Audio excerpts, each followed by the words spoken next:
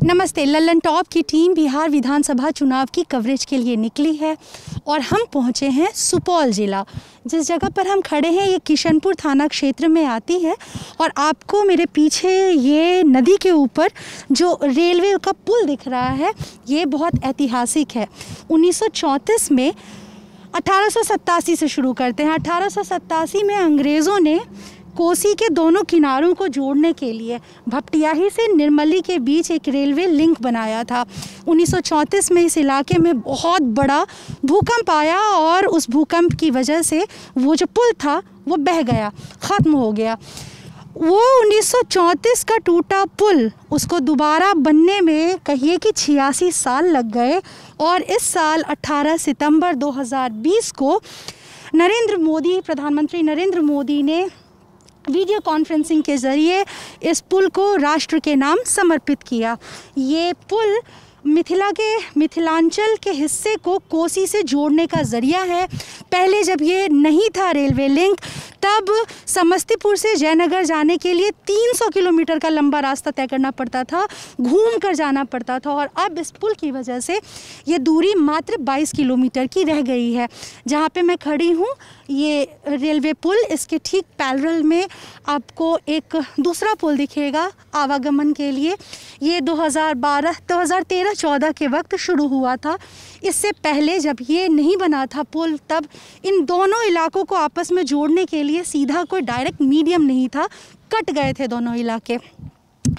तो हमने सोचा यहाँ आए हैं सुपौल तो आपको इसके बारे में बताएं, ये बताएं कि इस रेलवे पुल के बनने से, इस जो दूसरा पुल है उसके बनने से यहाँ स्थानीय लोगों को कितनी सहूलियत मिली, उनकी ज़िंदगी में क्या बदलाव आया और इसका एक साइड इफ़ेक्ट भी है और इसको लेकर कुछ चिंताएं भी हैं, तो उसके बारे में भी बात करते हैं।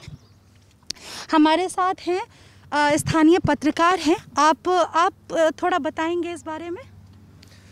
देखिए, कोसी बिहार का शौक कहा जाता है और कोसी हर साल बाढ़ अवधि में 6 महीना तबाही लाती है और सुपौल ज़िला के 6 प्रखंड के लगभग सैकड़ों गांव के लाखों आबादी हर साल बाढ़ में त्राहिमाम करते हैं और कोई आज की बात नहीं है। जब से कोसी को 2 तटबंधों के बीच बांधा गया तब से दोनों तटबंध के बीच लगभग 6 प्रखंड के सैकड़ों गांव आ गए और लाखों लोग प्रभावित हुए। जिस समय में तटबंध का निर्माण कराया गया था उस समय में कहा गया था कि जो तटबंध के अंदर लोग आ गए हैं, जो तटबंध के बीच फंस गए हैं, उनको विस्थापित करके पुनर्वासित किया जाएगा।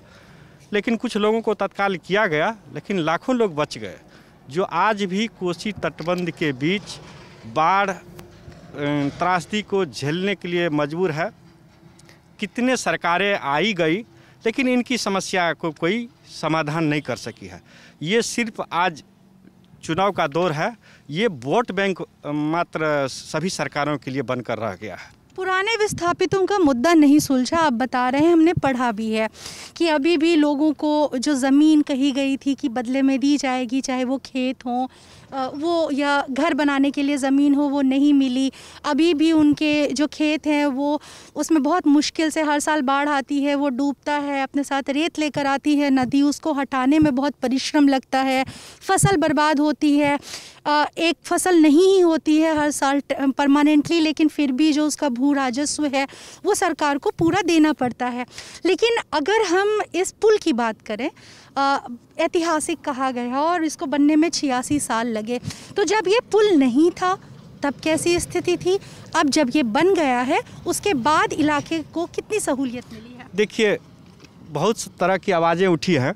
बहुत लोगों ने, बहुत संस्थाओं ने कोसी को बांधने का विरोध भी किया, तो बहुत लोगों ने इसको मतलब बांधने के लिए भी लोग तैयार थे। तो इसका कहीं विरोध हुआ तो कहीं इनके पक्ष में भी थे। दोनों के बीच कोसी को 2 बांधों के बीच बांधा गया। जो मिथिलांचल 2 भागों में विभक्त था उनको एक तो कर दिया गया। जहाँ एक तरफ खुशी है तो बहुत लोगों को गम भी है। जहाँ बहुत लोगों को मतलब ये कोसी महासेतु या रेल महासेतु से विकास का द्वार खुला है तो आज हज़ारों जिंदगी तबाह भी हुए हैं। इस पर बात करेंगे। आपने कहा बांधने का काम, आप अभी थोड़ी देर पहले हमें बता रहे थे कि अभी हम जिस हिस्से में हैं पीछे नदी है, लेकिन ये नदी इतनी ही दूर नहीं थी। अभी हम जहाँ खड़े हैं, ये जो सूखा हिस्सा दिख रहा है, यहाँ पे भी नदी बह रही थी, लेकिन इस पुल को बनाने के लिए दोनों तरफ 2 तटबंध जो हैं वो बनाए गए। तो कितना लंबा स्ट्रेच था ये नदी का और कितने में रोका गया? कोसी जब ये बांधों के बीच नहीं बांधा गया था तो कहा जा रहा है कि कोसी बंगाल से लेकर के और दरभंगा के बीच मतलब सैकड़ों किलोमीटर बीच बहती थी, और हर साल ये पूरब से पश्चिम तो कभी पश्चिम से पूरब अपना रुख धारा बदलती रहती थी। और इस बीच जब धारा बदलते थे तो लोग फिर जो ऊंचे स्थान होता था वहाँ शिफ्ट कर जाते थे। वो कोसी जो हिमालय से उपजाऊ मिट्टी लाते थे उसमें मतलब अपना खेती किया करते थे। लेकिन जैसे ही कोसी को बांध दिया गया 2 बांधों के बीच, तो अमूमन 15 से 20 किलोमीटर जो दोनों तटबंध की बीच की दूरी है, हर जगह एक दूरी नहीं है, तो अमूमन 12 से 15 किलोमीटर दोनों तटबंध के बीच कोसी बहती है। लेकिन जब ये बांध बनाया, ये रेल महासेतु और कोसी महासेतु का निर्माण कराया गया, तो इसका लंबाई 1.8 किलोमीटर कर दिया गया। अब आप अनुमान लगा सकते हैं, जहां कोसी मतलब 2 तटबंधों के बीच 12 से 15 किलोमीटर बीच में बहती थी, उसको आप समेट करके 1.8 किलोमीटर कर दिए हैं। तो निश्चित रूप से बांध पे यानी ऊपरी भागों में निश्चित रूप से बाढ़ अवधि में ये प्रेशर करेंगे। जैसे ही जल स्तर बढ़ेगी तो बांध कहीं ना कहीं बांध पे दबाव डालेगी कोसी और बांध तोड़ेगी। और कोई एक बार बांध नहीं टूटी है। जब से बांध का निर्माण किया गया है, लगभग विशेषज्ञ या अधिकारी भी बता रहे हैं कोसी के कि कम से कम 10 से 11 बार बांध टूट चुकी है। लेकिन सबसे ज़्यादा तबाही अप में नेपाल प्रभाग में जो कुसहा में टूटी थी, उस समय कोसी ज़्यादा तबाही मचाई थी। 2007-8 की बात कर रहे हैं? 2008 18 अगस्त 2008 कुसहा में जो कोसी बांध तोड़ करके आज़ाद हुई थी, तो नेपाल के 2 प्रखंड, 2 पंचायत और बिहार के लगभग आधा दर्जन जिले को भयंकर तबाही लाई थी, जिसे देश ही नहीं दुनिया के लोगों ने देखा था। और दुनिया के लोगों ने इस आपदा में हाथ बटाने के लिए यहाँ आए हुए थे। जो इन्होंने बताया कि रेलवे पुल बनाने के लिए और या ये जो कोसी महासेतु है, ये कोसी रेल महासेतु, वो कोसी महासेतु, इसको बनाने के लिए हुआ क्या जिसकी बात ये कर रहे थे। नदी एक बड़े इलाके में बहती थी, समझिए 13 से 15 किलोमीटर का चौड़ाई में विस्तार था। लेकिन इसे बनाने के लिए उसको एक फेनल, जैसे आप कीप डाल के, जैसे आप बड़े से डब्बे से पानी किसी एक छोटे डब्बे में आप भरेंगे कोई लिक्विड, तो आप कीप डालेंगे और फिर उसको उसके में फिट करेंगे, तो वैसा ही एक कीप टाइप का बनाया गया। तो ये जो नदी का 13 से 15 किलोमीटर का विस्तार था, वो घट के 1.8 किलोमीटर में सिमट गया। तो देखिए, इसमें जब ये बांध या कोसी महासेतु, रेल महासेतु की चर्चा हुई और इसका डिज़ाइन को लेकर के बात उठी, तो इलाके के लोगों ने उस समय में आवाज़ भी उठाया था और उन्होंने इस डिज़ाइन को लेकर के सरकार के विरुद्ध यहाँ मतलब आवाज़ भी उठाई थी। बहुत लोगों ने इसके लिए संघर्ष भी किया कि कोसी महासेतु और रेल महासेतु के डिज़ाइन में दोष है। इनका जो पहले कहा जा रहा है कि पूना में जो डिज़ाइन किया गया था कोसी महासेतु और रेल महासेतु का, वो 11 पॉइंट कुछ किलोमीटर का था। लेकिन इसको शॉर्ट करके 1.8 किलोमीटर में जब लोगों को, इलाके के लोगों को पता चला, तो लोगों ने संघर्ष भी किया था, आवाज़ भी उठाई। लेकिन इनकी आवाज़ जो है शासन और सरकार के नीचे दब करके रह गया और आज फिलहाल ये बन करके तैयार हो गया है। लेकिन तटबंध के भीतर या कोसी के नदी के भीतर जो लोग आ गए हैं, इनका खामियाजा उनको भुगतना पड़ रहा है। भले ही बाहरी लोगों को ये विकास का पुल कहा जा रहा है, 2 मिथिलांचल को जोड़ने वाले सेतु कहा जा रहा है, लेकिन कहीं न कहीं ये तटबंध के इलाके के लोगों को, लाखों लोगों को परेशानी भी है। उनका ज़िंदगी हर साल कोसी ले रही है। जी, आपने रिपोर्ट का जिक्र किया, विशेषज्ञों की बात की। जहाँ तक मतलब जहाँ तक मुझे याद है, 3 विशेषज्ञों की एक कमेटी बनाई गई थी, जिसमें शायद एक KN लाल भी नाम था, वो थे। उन लोगों ने अपनी रिपोर्ट में कहा था कि छोटा बनाएंगे, स्लिट ज़्यादा होगा, बहाव बहुत होगा, कटने का ख़तरा होगा, टूटने का ख़तरा होगा, दरार पैदा होने का ख़तरा होगा।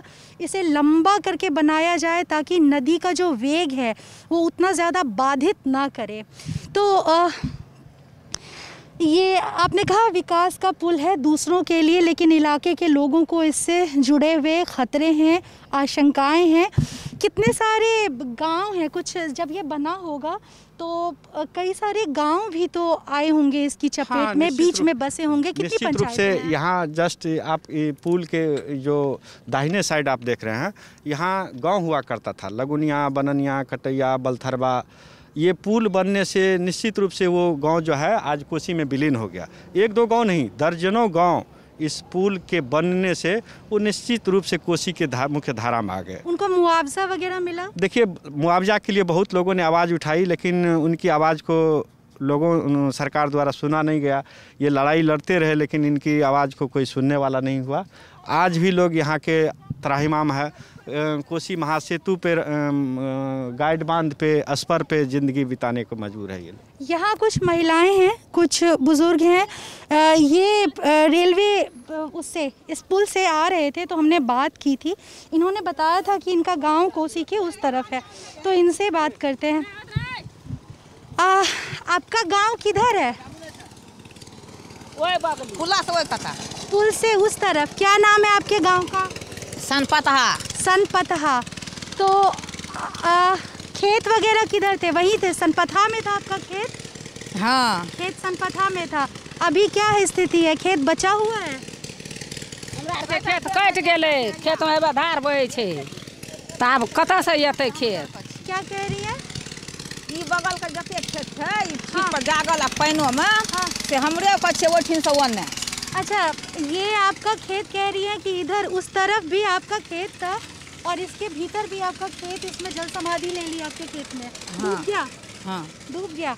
आपके इलाके के गांव के आप ही का खेत डूबा या और भी लोग हैं गांव में जिनका? सबका खेत डूब गया, सबके कटले, भलो से झूठ बात। सबका खेत कट गया, सबका खेत डूब गया। तो कितने लोग रहते हैं सनपतिहा में आपके यहाँ? कते रहे हमरा ना? हाँ, आपके सनपतिहा गांव में कितने लोग रहते हैं? बहुत लोग है ना, जकरा जतऽ भेले ततऽ गेले, आ सब जगह और लोग यही हमर पुतौ छियै, मझिला भैंसुर, सब भैंसुर के पुतौ। तो ई सब 4-5 दिया दही कता रह गेले, और दिया हम 5-6 घर ओहि कता चलि गेलिए। और सब जाति छै, बारहो जाति छै, राम छै।